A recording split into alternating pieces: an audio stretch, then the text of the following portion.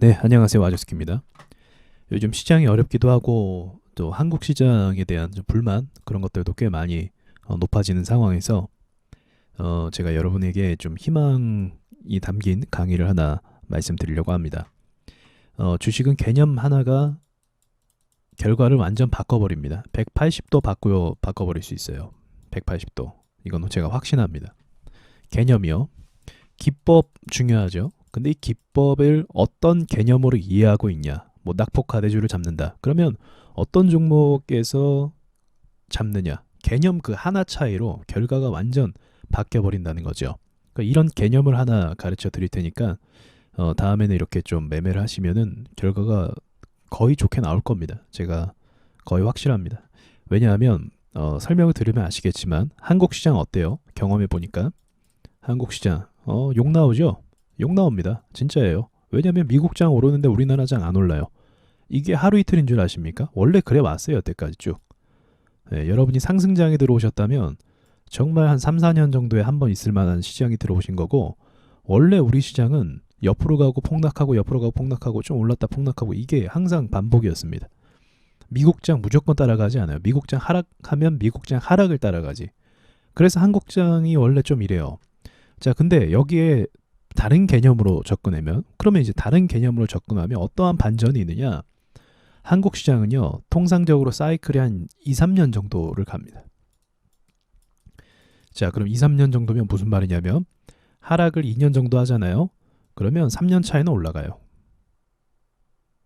네, 3년 차에 올라갔죠. 하락을 또 2년 정도 해요. 그리고 나서 2, 3년 정도 지나면 올라가요. 자, 그럼 우리는 반대로 생각하면 됩니다. 어떤 식으로? 상승했던 종목이 2년 정도 지나면, 또는 이제 짧게 잡아드릴게요. 1년 정도 지나고 2년 정도 상승하는 사이클을 예상해 볼 수 있어요. 한국 시장은 마냥 오르는 시장이 절대 아닙니다. 그렇게 좋은 시장이 아니에요. 그렇기 때문에 오히려 파동의 원리에 의해서 하락 타이밍에서 잡는 게 한국 시장에 특화된 매매법이에요. 밑에서 잡는 거. 그럼 밑에서 잡는 걸 어떻게 잡냐? 좀 막연하죠. 뭐 지지선이 있고 여러 가지가 있는데 조정 기간을 1년 이상 거친 종목을 집중해서 보시면 됩니다. 조정을. 조건을 먼저 말씀드릴게요. 조정을 1년 정도 잡고, 이전에 그러면 조정 1년 됐으니까 이전에 상승분 있을 거 아닙니까? 정리해서 다시. 자, 상승을 했죠. 이 구간에요. 이때 대부분 사람들이 투자를 하죠. 진짜 이때 다 투자합니다. 다 이때 투자하고, 한국 증시나 펀더멘탈은 원래 약한데 이때 하락하는 것에 대해서 많은 상처를 받는 거예요. 자, 1년 지납니다. 그러면 1년 지나면 사람도 어디 있을까요? 다 매매 안 해요. 이거 관심도 없어요. 관심 없습니다. 아무도 관심 없고 아무도 이야기를 꺼내지 않아요. 이 종목에 대해서. 그렇게 많은 돈들이 오고 가지만 1년만 지나면 완전 내팽겨치는 거예요. 거래량도 죽고 차트도 죽어 있고. 자, 조건이 있습니다. 상승을 했죠. 그 다음 재료가 있었어야 돼요. 재료를 물고, 기업이 성장할 거라는 그 기대감으로 물고 올라가야 됩니다. 그리고 떨어질 때요, 이 재료가 소멸되면 안 돼요. 소멸되는 경우가 있어요. 어떤 경우?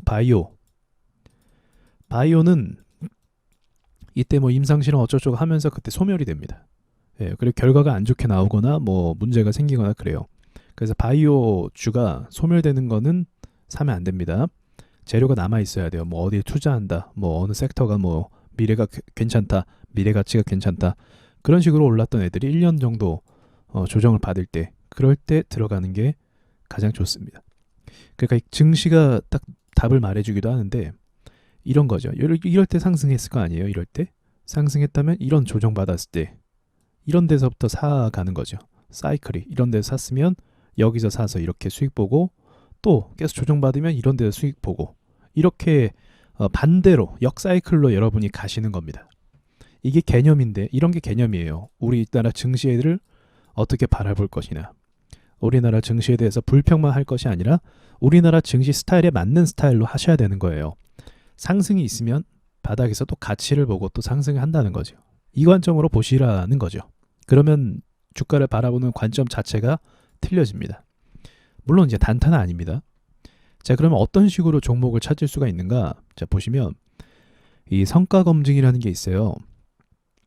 과거 시점에 검색식을 돌리는 건데, 이거를 이제 날짜를 자기가 지정할 수 있거든요. 그래서 2020년 그리고 한 11월 12월이죠 이제. 12월 8일 정도 대충 해서 그때의 히트를 쳤던 종목들을 불러오는 거예요. 그때 당시에 올랐던 종목들을. 그럼 보도록 해보죠. 자, 뭐 이렇게 많이 나오죠. 우리 추억의 종목들이 나오네요. 자, 그럼 여기서 일신바이오 이런 건 코로나 특수로 상승했던 주식이기 때문에 제외를 해야겠죠. 네. 그래서 우리가 다 알 거예요. 예전에 어떤 종목으로 올랐었나 알 겁니다.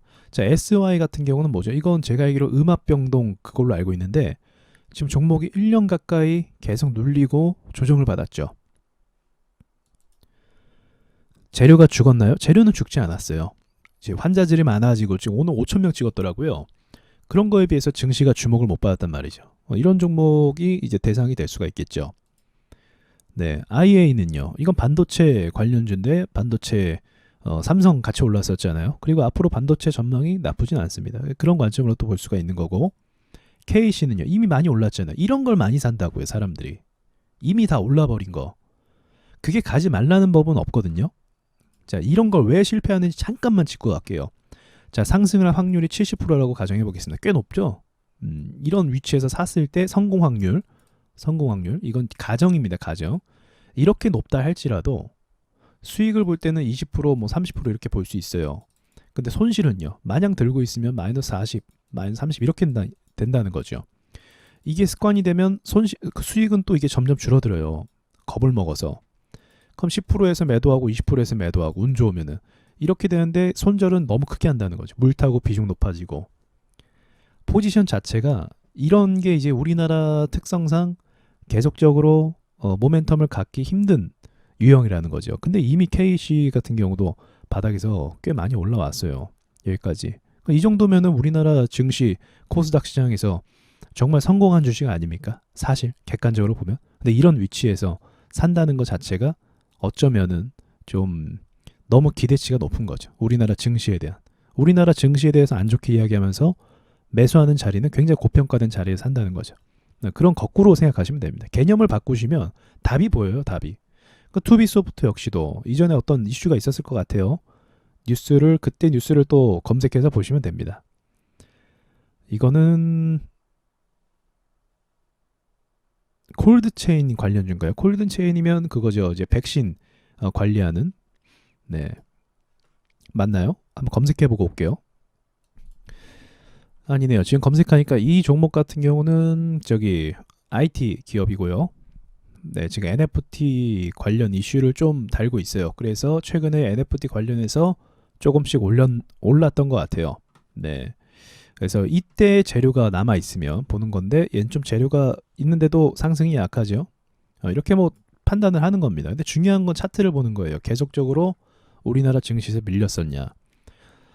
이 한익스프레스는 그때 그 코로나 때문에 또 저기 택배 관련주로 운송 관련주로 제가 알고 있거든요. 종합물류로 분류되어 있네요. 네, 그렇다면 종합물류 앞으로 종합물류에 대한 이슈가 있을 것인가? 사실 그것까지는 우리가 예측할 수 없지만 차트적으로 봤을 때 재료가 있을 때 크게 오르는 종목의 특징을 갖고 있죠. 그러니까 여기도 보시면 이게 코로나 하락만 아니면 이때도 1년 정도 지나니까 상승을 이렇게 주고 이런 흐름이 있다는 거예요. 그러니까 여기서 잡으면 답이 없죠. 항상 매수를 하실 때 이런 데서 잡으면은 답이 좀 없어요. 여기도 높은 가격이잖아요. 그래서 길게 조정을 받고 거래가 많이 죽었을 때 그때 내려갈 때 좀 평단을 낮추면서 하면 이 변동성이라는 게 있어요. 우리나라 주식들의 특징은 급등주 유형이 많습니다. 이 변동성을 이용해서 어느 정도 기간이 지났을 때 익절할 수 있다는 거죠. 물론 시장이 뭐 심각하게 문제가 있지 않는 이상은 정말 시장만 뭐 큰 폭락 뭐 그런 부분만 좀 없다면 있어도 뭐 좀 어느 정도 방어할 때가 있기도 하니까요. 그것만 아니라면 문제가 없습니다. 자, 좀 힌트를 얻으셨는지 모르겠습니다. 이렇게 말씀드릴 때 관점 자체가 아예 1년 정도를 보는 거니까요. 콤텍 시스템 역시도 제가 알기로는 재료를 여러 가지로 막 물고 있었던 회사예요. 그래서 보시면 한 반년에 한 번씩 급등을 해줘요. 왜? 세력이 관리하고 있으니까요. 그래서 이런 급등을 해줍니다. 지금 동전 중에 좀 찜찜하지만 그리고 매출이나 이런 부분도 확인하셔야 됩니다. 이제 추천을 지금 권해드리는 영상은 아니에요. 그건 아니기 때문에 추천을 해드리는 영상은 아닙니다. 그래서 지금 재무제표나 이런 걸 안 보고 지금 이야기하는 겁니다. 차트만. 이렇게 볼 수 있다는 거죠. MS 오토텍 역시도 알죠? 우리 다 이거 최근에 상승했었으니까. 이런 회사도 기술을 나름대로 보유하고 있지 않습니까? 근데도 계속 밀리고 있는 거예요. MS 오토텍 좋은 회사인데도 불구하고. 그러니까 이런 것을 우리가 이런 시점에서 이제 사 모아가면서 결국은 시장이 막 이렇게 되진 않죠. 주식이라는 게 가다가 또 몇 개월 정도 지나면 모멘텀을 받을 때가 있고요. 짧지만 기간이 짧지만 아쉽지만 그런 흐름을 좀 노리는 겁니다. 그러니까 이런 식으로 여러분이 연습하셔서 주식을 이런 관점으로 좀 보셨으면 좋겠어요.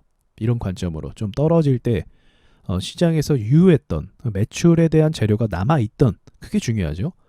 그런 종목을 잡고 하나를 제대로 물어서 이제 관리를 들어가는 거죠. 여러 종목 분산해도 상관없다고 봅니다. 이러한 종목들 뭐 3, 4개 정도 모아서 담아가는 그런 전략을 쓰셔도 좀 괜찮다고 생각을 해요.